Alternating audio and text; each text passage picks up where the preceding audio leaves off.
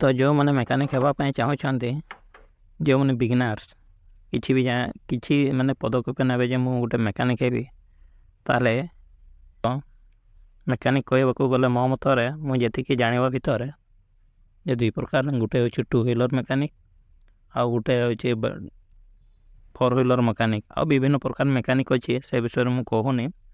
तो जो मैंने देखुंट मु मोर एक्सपीरियंस को मुझे आपंक शेयर करुँची। तो फास्ट हूँ जदि आप 2 व्हीलर मेकानिक होगापी चाहते तो प्रथम जिनस है एथिरे आप कौन मेकानिक हे प्रथम आप निजक पचारे कहीं मु मेकानिक हेबी। तो तार क्वेश्चन आंसर हूँ जे आपड़ कहींपारती मु पैसा इनकम मेकानिक हेबी टंका रोजगार करने मेकानिक हेबी। यही आंसरटा पूरा ठीक अच्छे जे आप पैसा मेकानिक शिखेबे एथिरे किसी भूल ना समस्त ही मेकानिक किसी पैसा अथवा रोजगार करने मेकानिक शिखती।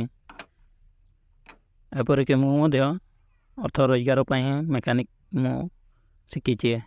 मेकानिक मतलब दुई चकिया मेकानिक मतलब एटा गोटे स्किल मतलब एटा गोटे कौशल शिख एटा मेकानिक गोटे स्किल आ गोटे शिक्षा जहाँकि जीवन सारा शिखा पड़े।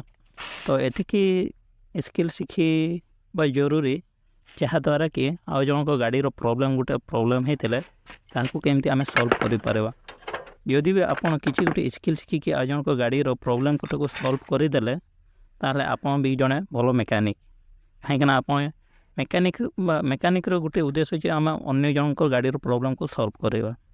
तो जदि आप शिखा चाहते जे मुझे प्रोब्लेम को केमती सल्व करेंगे ताहले आप जोटे पाख गोटे भल जी गाड़ी प्रोब्लेम सल्व करुँची ता पाखर आप शिखिपारती।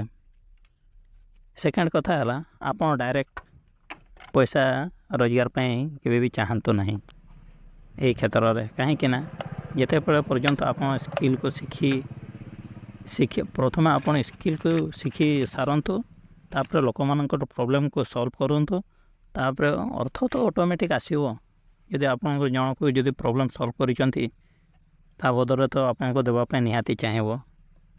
तो ये मुझे जे आप प्रोब्लेम आगे सल्व करवा शिखतु।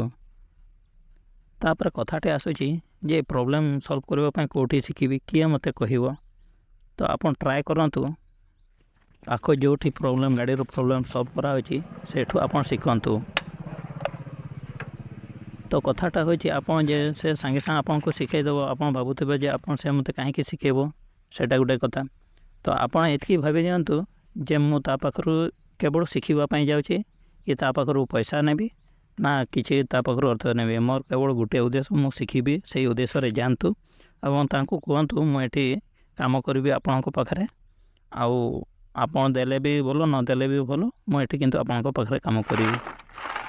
जिते बड़े सी राजी हो से जी मालिक थो से भाव ये पिलाटा काम कर तो आपको पैसा मागे नहीं आपणकर उद्देश्य हो शिखा आप शिखतु जिते दिन लगुच शिखतु जिते शीघ्र चेष्टा करूँ चेष्टा करूँ चेष्टा कले आप शिखे ना थे शिखिदेला तो अर्थ आप पाखक पड़े आसो वर्षे 6 मास वर्षे 2 वर्ष एमती शिखा पड़ो कहीं स्किल शिखा टाइम लगे।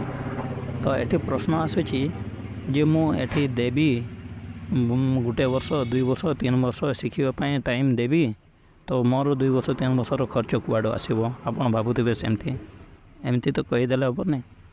तो ये ध्यान रखु आप जिते कम बयस शिखे से आप लाभ हम कहीं से छोट बयस बेले आपंकर परिवार उपर एत बोझ न थाए।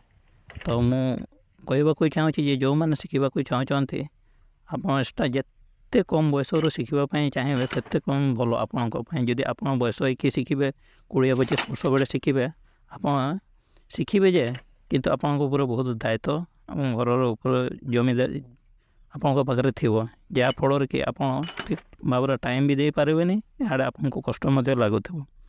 तो बेसी लंबा वीडियो बनाऊनी जदि आप